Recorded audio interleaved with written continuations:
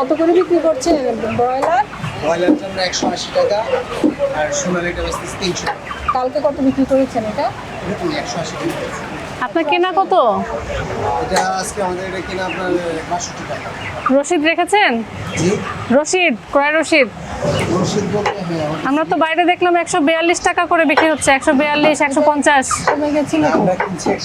তাহলে দেখান, রসিদ দেখান। এই যে দুইজনের মাল। এটা আমরা কিনছি মালিক একই না কি ভিন্ন? ব্রয়লার কত কেজি? 40, 64 কেজি, তাই তো? 64 কেজি 300 গ্রাম 10,416 টাকা। 10,416, 161। এটা কবে? আজকে? হ্যাঁ আজকে এই যে ঠিক আছে। এখন দাম বেড়েছে নাকি? হ্যাঁ কালকে 58 টাকা কিনছি আজকে হ্যাঁ। 62 টাকা। কিন্তু অন্যান্য বাজারে তো অনেক কম কম দামে কেনা। এটা আমরা- তারা তো 170 টাকা করে বিক্রি করছে। কোথা থেকে এটা? যাও পাইকারি যে এখানে গোডাউন আছে আমাদের। এখান থেকে। এটা সবসময় সংরক্ষণ করবেন না, দুই দোকানে আলাদা রিসিপ্ট নেবেন। বুঝতে পারেননি?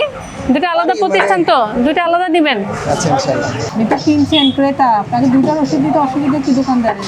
না সব দোকানদারের ওষুধ নেই, এটা আমাদের পার্সোনাল সমস্যা। আচ্ছা যাই হোক, আপনারা নেবেন। আর এটার দাম কত? এটা কি মুরগি? এটা আমরা কিনছিলাম আপনার 274 টাকা। এটা আবার সোনালী। 300 টাকা বিক্রি করি। এটা আবার ওয়েট লস বেশি হয়, এই জন্য গ্যাপটা বেশি রাখি আমরা। আচ্ছা, কোনো রঙিন লাইট কিন্তু ব্যবহার করা যাবে না, ঠিক আছে?